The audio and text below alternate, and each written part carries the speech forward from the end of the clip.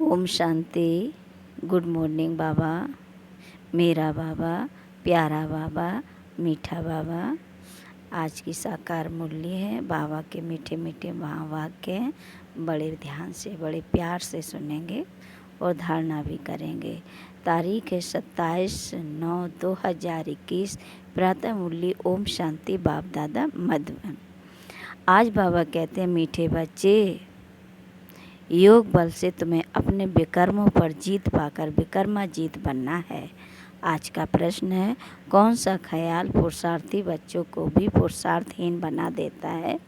उत्तर है, अगर किसी पुरुषार्थी को यह ख्याल आया कि अभी तो बहुत समय पड़ा है, पीछे गैलप कर लेंगे, परंतु बाप समझाते हैं, बच्चे, मौत का समय निश्चित थोड़ी ही है। कल कल करते मर जाएंगे तो कमाई क्या होगी। इसलिए जितना हो सके श्रीमत पर अपना और दूसरों का कल्याण करते रहो। समय का सोचकर पुरुषार्थहीन मत बनो। आज का गीत है, ओम नमो शिवाय वासुदेवो नमो नमः। ओम शांति, ओम शांति। यह तो बच्चों को समझाया गया है कि निराकार साकार बगैर कोई कर्म कर नहीं सकते, पाठ बजा नहीं सकते। रूहानी बाप आकर ब्रह्मा द्वारा रूहानी बच्चों को समझाते हैं, योग बल से ही सत्व प्रधान बनना है और विश्व का मालिक बनना है। यह बच्चों की बुद्धि में है कि कल्प कल्प बाप आकर राजयोग सिखाते हैं ब्रह्मा द्वारा और आदि सनातन देवी देवता धर्म की स्थापना करते हैं, अर्थात मनुष्य को देवता बनाते हैं। मनुष्य जो देवी देवता थे, पावन थे, सो अब बदल 84 जन्मों बाद पतित बन पड़े हैं। भारत जब पारसपुरी था तो पवित्रता, सुख, शांति सब था। यह 5000 वर्ष की बात है। तिथि तारीख सहित बाप सारा हिसाब किताब समझाते हैं। इनसे ऊंच तो कोई है नहीं। सृष्टि व झाड़, जिसको कल्प वृक्ष कहते हैं, उनके आदि मध्य अंत का राज भी बाप ही बैठ समझाते हैं। भारत का जो देवी देवता धर्म था वह अब प्रायः लोप हो गया है, सिर्फ चित्र जरूर हैं। भारतवासी जानते हैं कि सतयुग में लक्ष्मी नारायण का राज्य था। बल शास्त्रों में भूल कर दी है जो कृष्ण को द्वापर में ले गए हैं। बाप ही आकर भूले हुए को रास्ता बताते हैं। उनको कहते हैं मुक्ति, जीवन मुक्ति का गाइड। सर्व का मुक्ति, जीवन मुक्ति देने वाला एक ही है। भारत जब जीवन मुक्त है तो बाकी सब आत्माएं मुक्ति धाम में हैं। इसलिए उनको कहा जाता है मुक्ति, जीवन मुक्ति दाता। रचयिता एक ही है, सृष्टि भी एक ही है, वर्ल्ड की हिस्ट्री ज्योग्राफी भी एक ही है जो रिपीट होती है। सतयुग, त्रेता, द्वापर, कलयुग, फिर होता है संगम युग। कलयुग है पतित, सतयुग है पावन। सतयुग होगा तो पहले जरूर कलयुग का विनाश होगा, विनाश के पहले स्थापना होगी।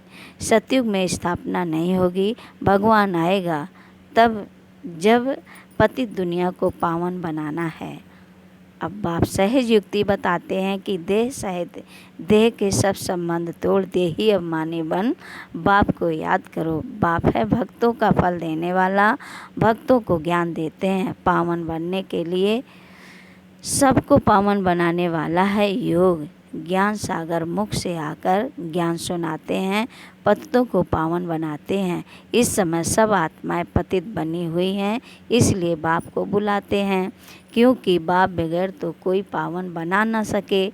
अगर पतित पावनी गंगा है तो फिर पतित पावन सीताराम कहकर क्यों बुलाते हो? बुद्धि कहती है कि परमपिता परमात्मा जरूर फिर नई दुनिया की स्थापना और पुरानी दुनिया के विनाश के लिए आएगा। कल्प वृक्ष की आयु भी होती है। जो चीज़ जड़ जड़ीभूत हो जाती है उनको ही तमो प्रधान कहते हैं। न्यू वर्ड नहीं कहेंगे, यह है आयरन एजेड वर्ड। ये सब बातें बुद्धि में बिठाई जाती हैं औरों को समझाने के लिए। घर घर संदेश देना है, ऐसे नहीं कहना है कि परमात्मा आया है। युक्ति से समझाना है। बोलो, दो बाप हैं, लौकिक और पारलौकिक। दुख के समय पारलौकिक बाप को ही याद किया जाता है।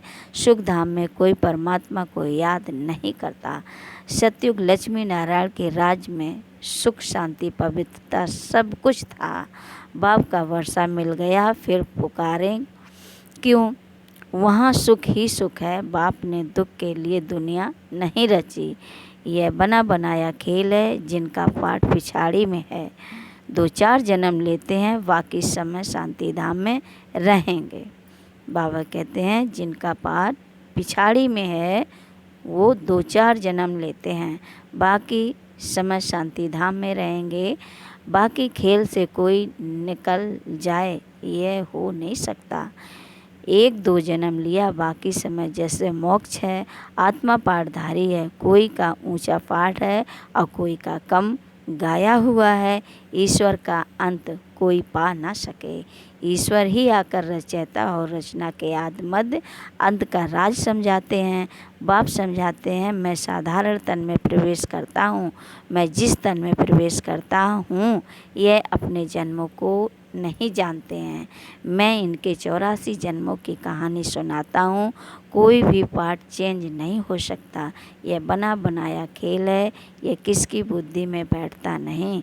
बुद्धि में तब बैठे जब पवित्र होकर समझे। अच्छी रीति समझने के लिए 7 रोज़ भट्टी में पड़े। भागवत आदि भी 7 रोज़ रखते हैं। कोई 7 दिन में अच्छी रीत समझ लेते हैं और कोई तो कह देते हैं कि हमारी बुद्धि में कुछ भी नहीं बैठा। ऊंच पद नहीं पाना होगा तो बुद्धि में कैसे बैठेगा। अच्छा, फिर भी कल्याण तो हुआ ना। प्रजा तो ऐसे ही बनती है, बाकी राज्य भाग लेने में मेहनत है। बाप को याद करने से ही विकर्म विनाश होंगे। अब करो व ना करो, परंतु बाप का डायरेक्शन है। प्यारी वस्तु को याद किया जाता है ना। भक्ति मार्ग में भी कहते हैं कि हे पतित पावन आओ, अब वह मिला है। कहते हैं मुझे याद करो तो कट उतर जाएगी। बादशाही ऐसे ही थोड़ी ही मिल जाएगी। याद में ही थोड़ी मेहनत है। बहुत याद करने वाले ही कर्मातीत अवस्था को पा लेते हैं। पूरा याद ना करने से विकर्म विनाश नहीं होंगे। योग बल से ही विकर्माजीत बनना है। लक्ष्मी नारायण इतने पवित्र कैसे बने जबकि कलयुग के अंत में कोई भी पवित्र नहीं है। इस समय गीता ज्ञान का एपिसोड रिपीट हो रहा है। शिव भगवान बाज भूलें तो सबसे होती रहती हैं, मैं आकर सबको अबुल बनाता हूँ। भारत के जो भी शास्त्र हैं यह सब है भक्ति मार्ग के। बाप कहते हैं मैंने जो कुछ कहा था वह किसको भी पता नहीं है। जिन्होंने मेरे द्वारा सुना उन्होंने 21 जन्मों के प्रारब्ध पाए। फिर ज्ञान प्रायः लोप हो जाता है। तुम ही चक्र लगाए फिर यह ज्ञान सुन रहे हो। अब बाबा कहते हैं तुम जानते हो हम सैम्पलिंग लगा रहे हैं मनुष्य देवता बनाने का। यह है दैवी झाड़ का सैम्पलिंग। वे लोग तो उन झाड़ों का कलम लगाते रहते हैं। बाप आकर कॉन्ट्रास्ट बताते हैं। तुम दिखाते भी हो कि उन्हों का क्या प्लान है, तुम्हारा क्या प्लान है। वह फैमिली प्लानिंग करते हैं कि दुनिया बढ़े नहीं। बाप तो बहुत अच्छी बात बताते हैं कि अनेक धर्म विनाश हो जाएंगे और देवी देवता धर्म की फैमिली स्थापन हो जाएगी। सतयुग में एक ही आदि सनातन देवी देवता धर्म की फैमिली थी और अनेक फैमिलियाँ थी ही नहीं। इस समय भारत में देखो कितनी फैमिलीज हैं। गुजराती फैमिली, सिख फैमिली आदि। वास्तव में भारत की एक ही फैमिली होनी चाहिए। बहुत फैमिली होगी तो ज़रूर खिटपिट होगी। फिर सिविल वार हो जाती है। फैमिली में भी सिविल वार हो जाती है। जैसे क्रिश्चियन की आपस में फैमिली है तो उन्हों में भी 2 भाई आपस में नहीं मिलते, फैक्शन हो जाती है। फैक्शन हो जाती है, पानी भी बांटा जाता है। सिख धर्म वाले समझते हैं हम अपने धर्म की फैमिली को जास्ती सुख दे में रग जाती है ना मोह, माथा मारते रहते हैं। जब अंत का समय आता है तब आपस में लड़ने लग पड़ते हैं।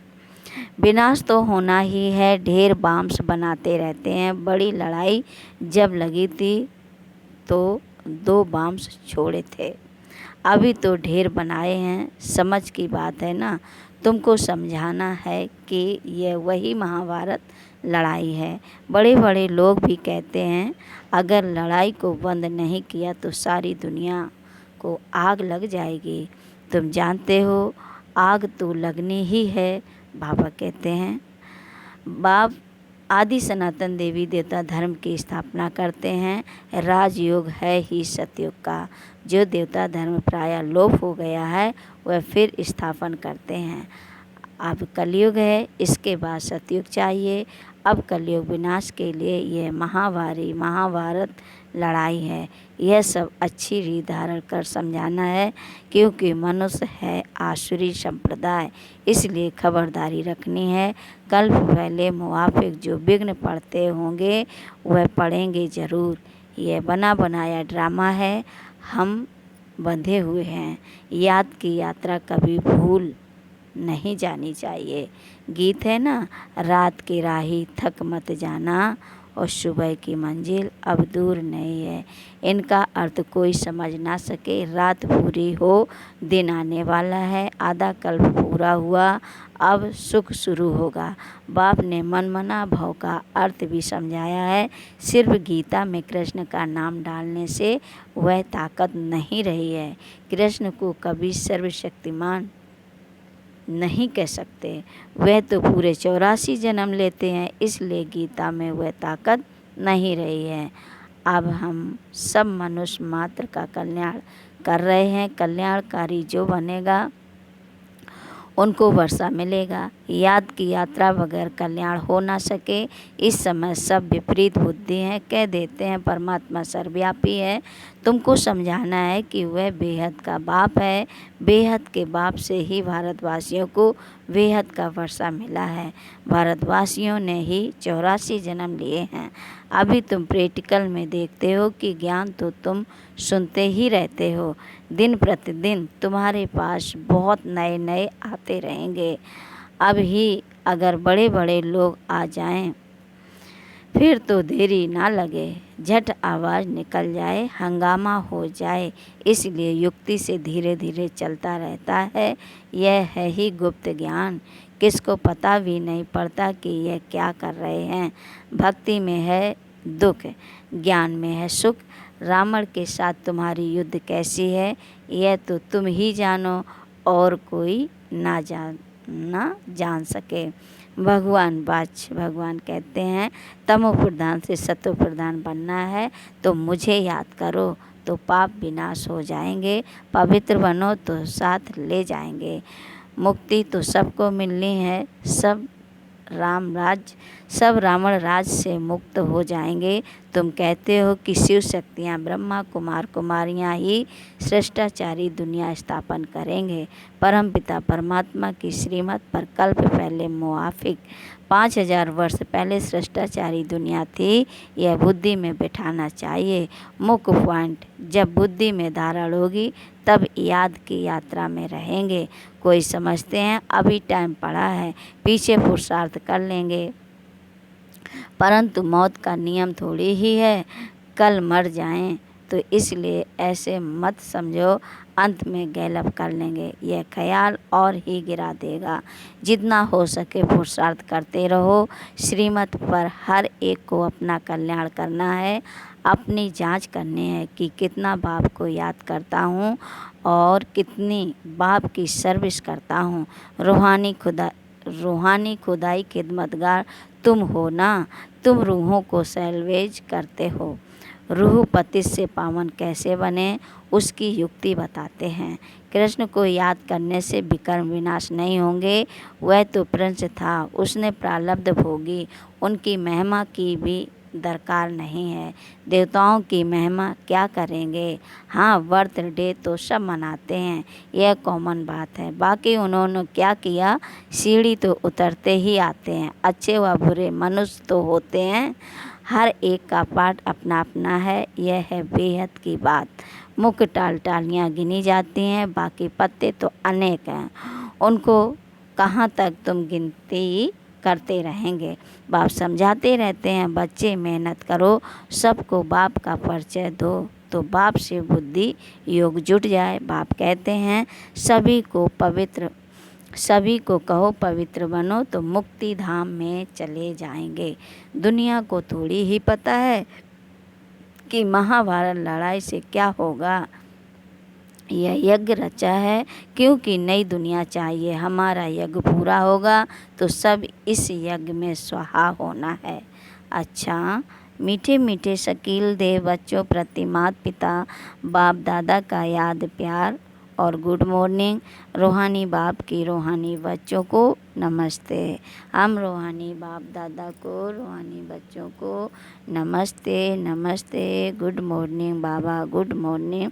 धारणा के लिए मुख्य सार पहली पॉइंट है, सच्चा खुदाई खिदमतगार बन सभी रूहों को सेल्वेज करने की सेवा करनी है, सबका कल्याण करना है, सबको बाप का परिचय देना है।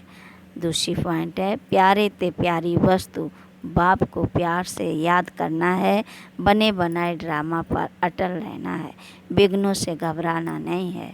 आज का मधुर वरदान है, मैंपन के बोझ को समाप्त कर प्रत्यक्ष फल का अनुभव करने वाले बालक सो मालिक भव।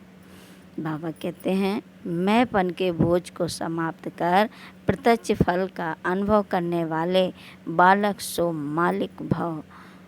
जब किसी भी प्रकार का मैंपन आता है तो बोझ सिर पर आ जाता है, लेकिन जब बाप ऑफर कर रहे हैं कि सब बोझ मुझे दे दो, तो आप सिर्फ नाचो उड़ो। फिर यह क्वेश्चन क्यों कि सर्विस कैसे होगी, भाषण कैसे करेंगे।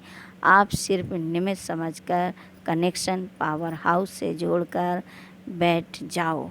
दिल से कष्ट नहीं बनो तो बाप दादा सब कुछ स्वतः करा देंगे। बालक सो मालिक समझकर श्रेष्ठ स्टेज पर स्थित रहो तो प्रत्यक्ष फल की अनुभूति करते रहेंगे। आज का स्लोगन है, ज्ञान दान के साथ साथ गुण दान करो तो सफलता मिलती रहेगी। ज्ञान दान के साथ साथ गुण दान करो तो सफलता मिलती रहेगी। अच्छा, ओम शांति। प्रिय भाई और बहनों, वीडियो पसंद आए तो लाइक करें, सब्सक्राइब करें, कमेंट करें, शेयर करें। ओम शांति।